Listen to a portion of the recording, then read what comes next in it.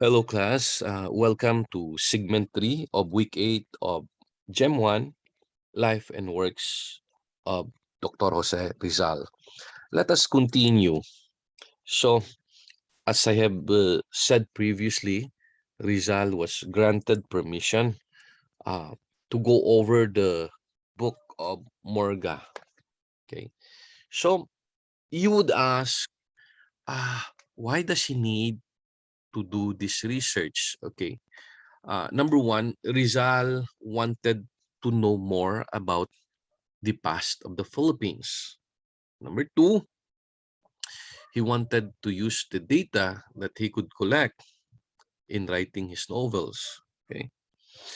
So let me share with you two quotes that would highlight the importance of this work or the review of Morga's work. Okay.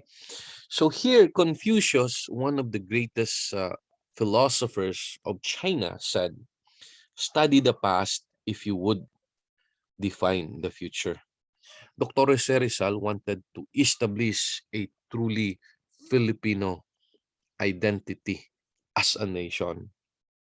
Now, um, how could one be proud to be Filipino if one do not know his own culture?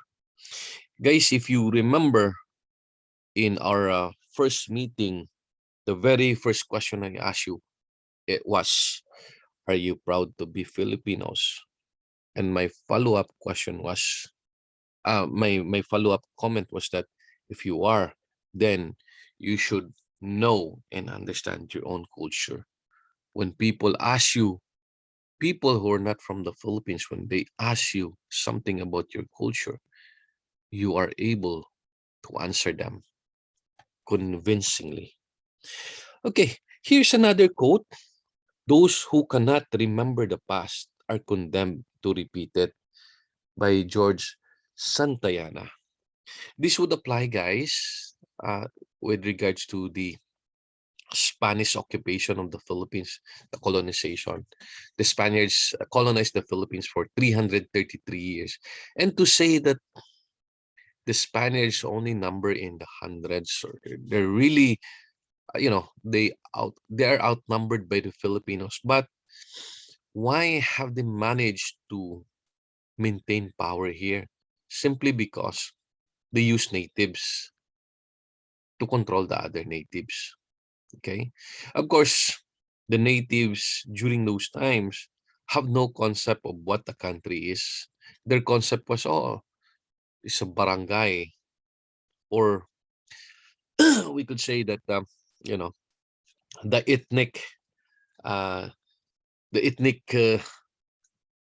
tribes, the Ilonggos, the Cebuanos, the Kapampangan, etc.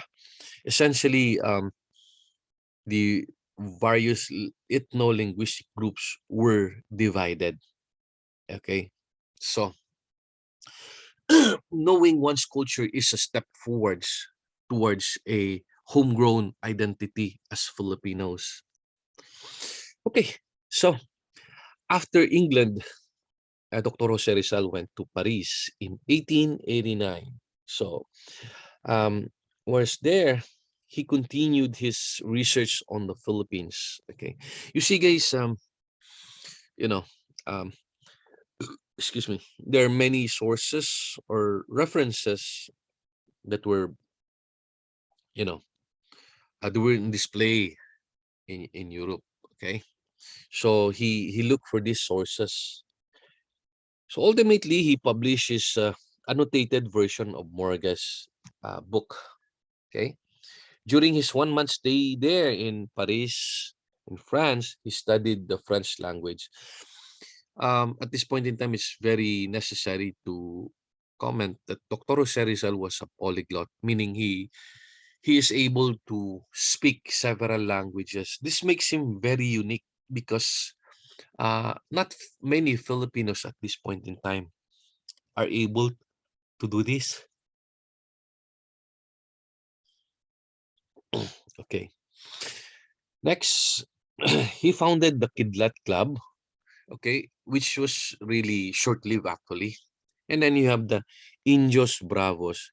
It was here that Dr. Jose Rizal emphasized that one must not be ashamed of his race and one needs to be proud of his culture. Okay. It is here that he showed his patriotism, his love for his country and for his race. Then he provide por telefono his response to a Spanish friar who attacked Noli Me Tangere, his novel. And he also composed the story of the monkey and the tortoise. Okay, so um, some sources say that this tale actually came from uh, Ilocano folklore. No, okay. Put simply, this tale involved a monkey and a tortoise. Okay, the turtle. So in ancient times, animals were given human-like characteristics, and uh, they appear in stories to teach values and important lessons. So in this case, the story goes that the the monkey and the turtle, they uh, uh, they divided the a banana tree. Okay, the monkey took the upper beautiful part, whereas the tortoise, he took the lower half, which included the roots, which doesn't look beautiful, and they tried to plant it. So ultimately, the half of the turtle grew and it bear fruit. However, the turtle could not go up the banana tree. The monkey, on the other hand, went up and ate all the bananas and just throw uh, the peelings down the turtle.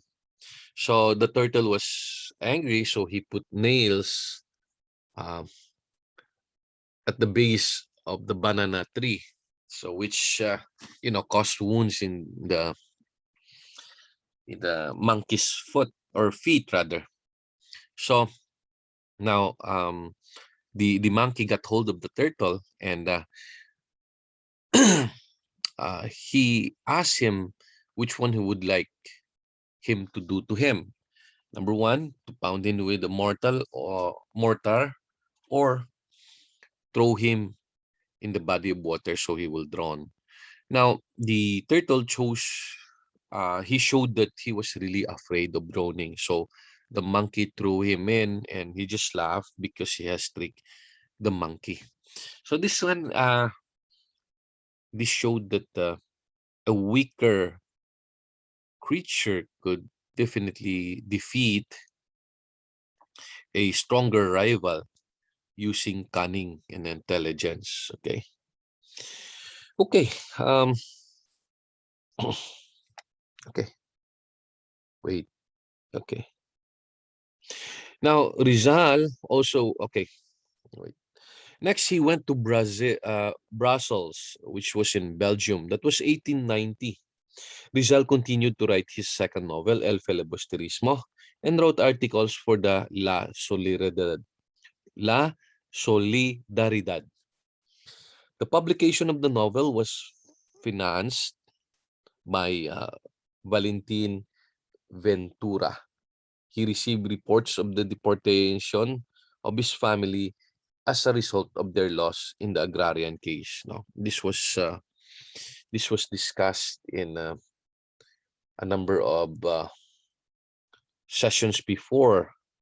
Okay, so ladies and gentlemen, that ends our week 8 for Rizal.